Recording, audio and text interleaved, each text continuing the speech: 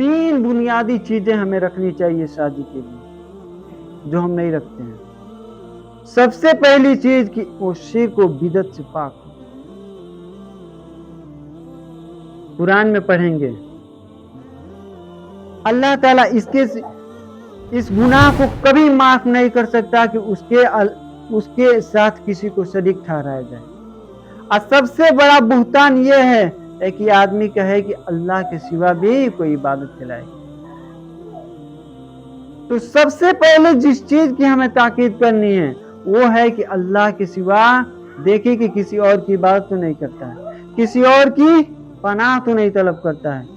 ये तो नहीं कहता है कि अल्लाह हर जगह है। अल्लाह कहाँ है? अल्लाह अपनी इज्जत के मुताबिक अर्श पे है।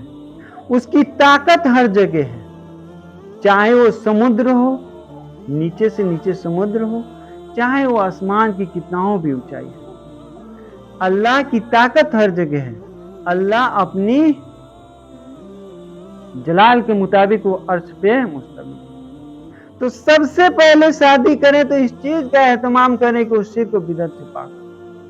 सबसे पहली चीज। और दूसरी चीज नमाज कायम करने वाला। हम लोग इस चीज का ध्यान नहीं। तीसरा जो मैं बताऊंगा वो सबसे ज्यादा इंपॉर्टेंट। तो दूसरी चीज एक नमाज कायम करने वाला हो, मस्जिदों को आबाद करने वाला हो। अब आप कहेंगे हदीस बताइए।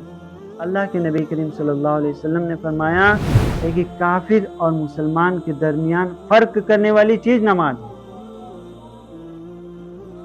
बरीदा रजी अल्लाह ताला अन्हु, एक और हदीस है, बरीदा रजी अल्लाह ताला अन्हु एक जंग में थे। बारिश का मौसम था, खूब बारिश हो रही थी। वो कहते हैं कि अल्लाह के नबी करीम सल्लल्लाहु अलैहि वसल्लम ने फरमाया जिस शख्स ने असर की नमाज नहीं पढ़ी, असर की नमाज छोड़ दी, उसके पिछले नेकी बर्बाद हो गई। जो पिछला वो नेकी कर चुका है, असर की नमाज छोड़ दिया, उसके सही बुखारी की हदीस, उसके पिछले नेकी बर्बाद हो गई। नेकी जो किया है, गुनाह का तो छूट गया, जो नेकी किया है वो भी बर्बाद।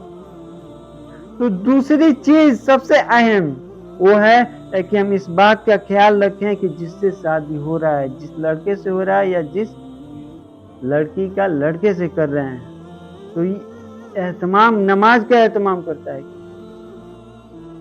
तीसरा हलाल व हराम का तमीज करने वाला। अल्लाह के नबी करीम सल्लल्लाहु अलैहि वसल्लम की हदीस है कि लोग 4 बुनियादों पे शादियां किया करते हैं। 4 बुनियादी चीजों पे शादियां किया करते हैं। पहला, खानदान कैसा है, खानदान रुतबे वाला है कि नहीं, रुतबे वाला हो तो कर दो। दूसरा, सुंदर खूबसूरत है कि नहीं, चाहे कैसी भी हो, खूबसूरत होनी चाहिए। और तीसरा, माल और दौलत है कि नहीं। आज के समय में माल और दौलत है तो दहेज मिलेगा धनाधन। माल और दौलत है कि नहीं। आज के समय में तो योगी भी कानून ला रहे हैं कि लड़की का भी विरासत होगा।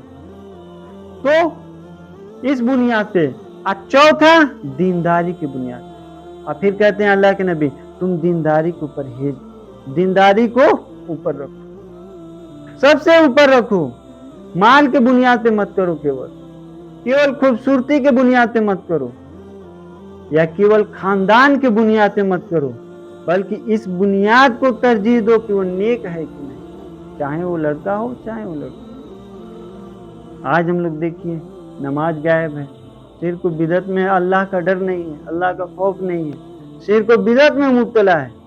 ऐसे शख्स को हम किस बुनियाद पे चुन रहे हैं कि खानदान उसका बड़ा है, उसका माल धन दौलत का कोई कमी नहीं है, बैठ के आराम से खाएगा, धन दौलत ज्यादा है। मेरे प्यारे भाइयों, सबसे जो अहम चीज है वो दीनदारी को तरजीह देना। अब ये कैसे होगा?